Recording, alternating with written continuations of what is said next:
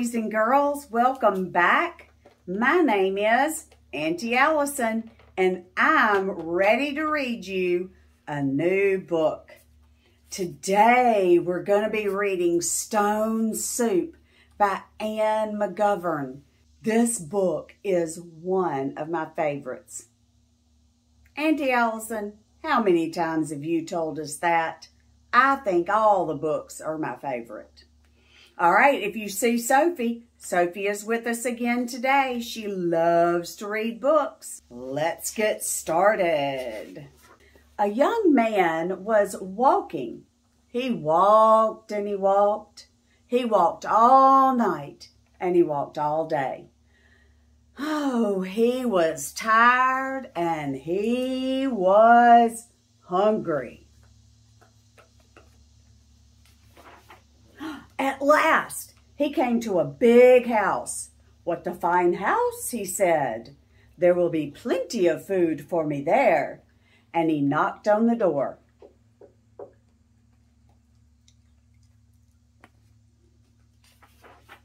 A little old lady opened it. "Ah, good lady," said the young man, "I am very hungry. Can you give me something to eat?"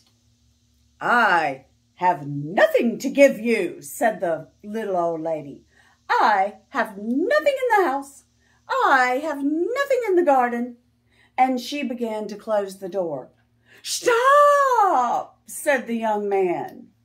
"If you will not give me something to eat, will you give me a stone?"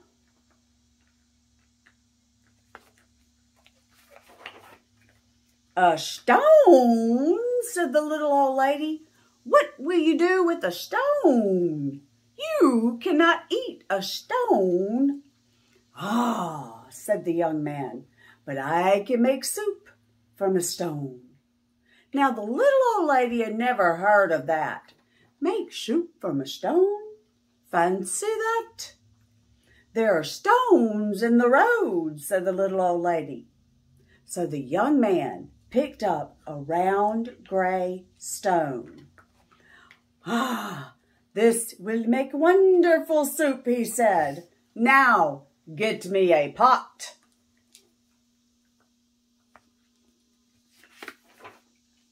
So the little old lady got a pot. "Fill the pot with water and put it on the fire," said the young man. So the little old lady did as she was told, and soon the water was bubbling in the pot.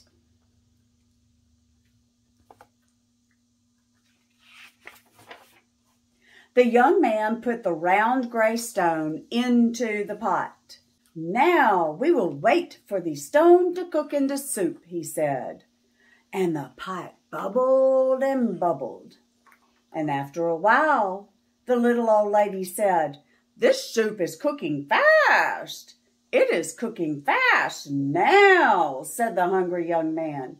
"But it would cook faster with some onions." So the little old lady went to the garden and got some yellow onions.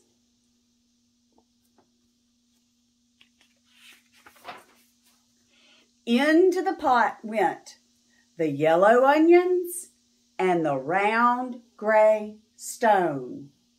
"Soup from a stone," said the little old lady. "Fancy that." And the pot bubbled and bubbled. And after a while, the little old lady said, "This soup smells good." "It smells good now," said the hungry young man, "but it will smell better with some carrots."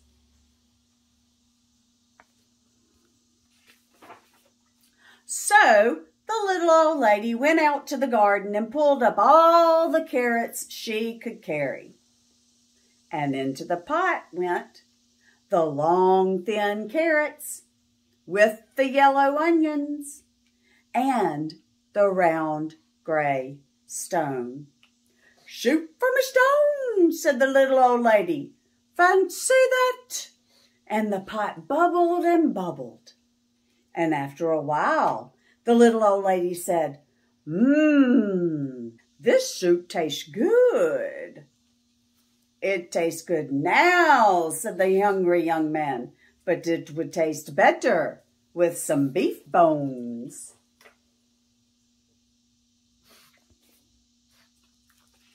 Beef bones? So the little old lady went to get some juicy beef bones. Look where she is, the doghouse. What? So into the pot went the juicy beef bones, the long thin carrots, the yellow onions, and the round gray stone. Soup from a stone, said the little old lady. Fancy that?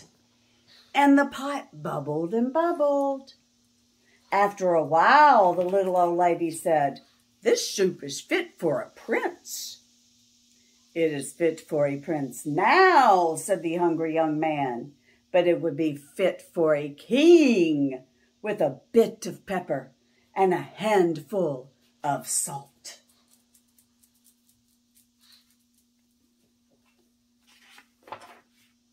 So the little old lady got the pepper and the salt, and into the pot went the bit of pepper, the handful of salt, with the juicy beef bones, and the long thin carrots, and the yellow onions, and the round gray stone.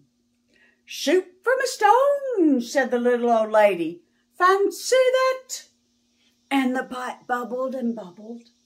And after a while, the little old lady said, this soup is too thin.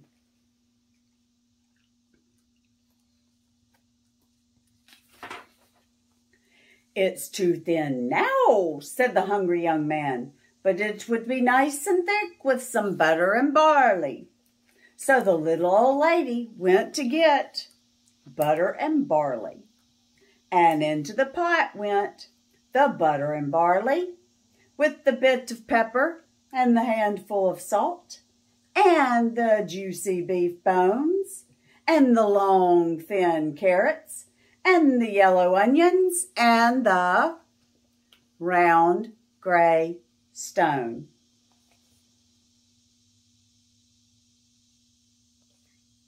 Soup from a stone, said the little old lady.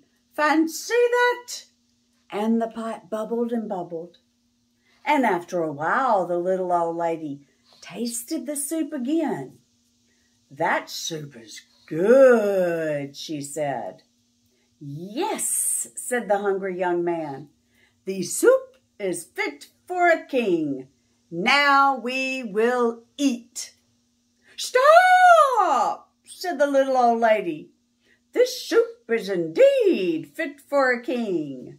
Now I will set the table fit for a king. So she took out her best tablecloth and all of her best dishes.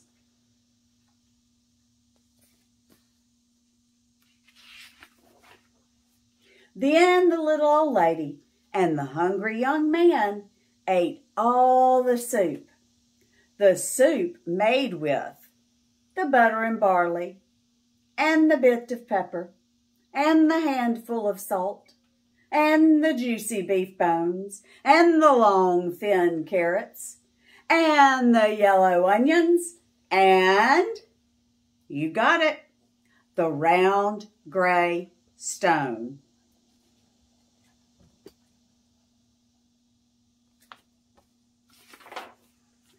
Soup from a stone, said the little old lady. Fancy that?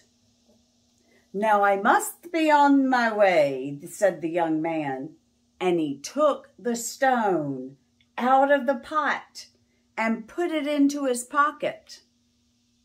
Why are you taking the stone? Said the little old lady. Well, said the young man, the stone is not cooked enough, and I will have to cook it some more tomorrow. And the young man said goodbye.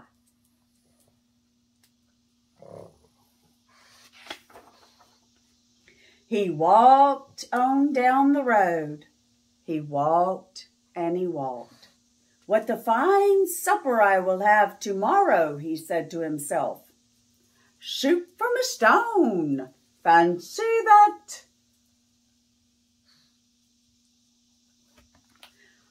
Boys and girls, how did he get her to make stone soup? She said she didn't have any food in the house or in the garden. That's right. He tricked her. You got it. He made her very interested in how you could make soup from a stone. Now, can you really make soup from a stone? No, that's right. You can't. But guess what you can do? You could make your own vegetable soup with a responsible adult. The first thing that would be fun to do is to write your very own recipe and make a list of the ingredients that you need. Boys and girls, I hope that you loved this story, Stone Soup. I hope that you come back and see me again for another book. If you are new to my channel, please consider subscribing. And don't forget, click that notification bell so you'll be notified whenever I upload a new book. It was good to see you. Have a great day. Bye.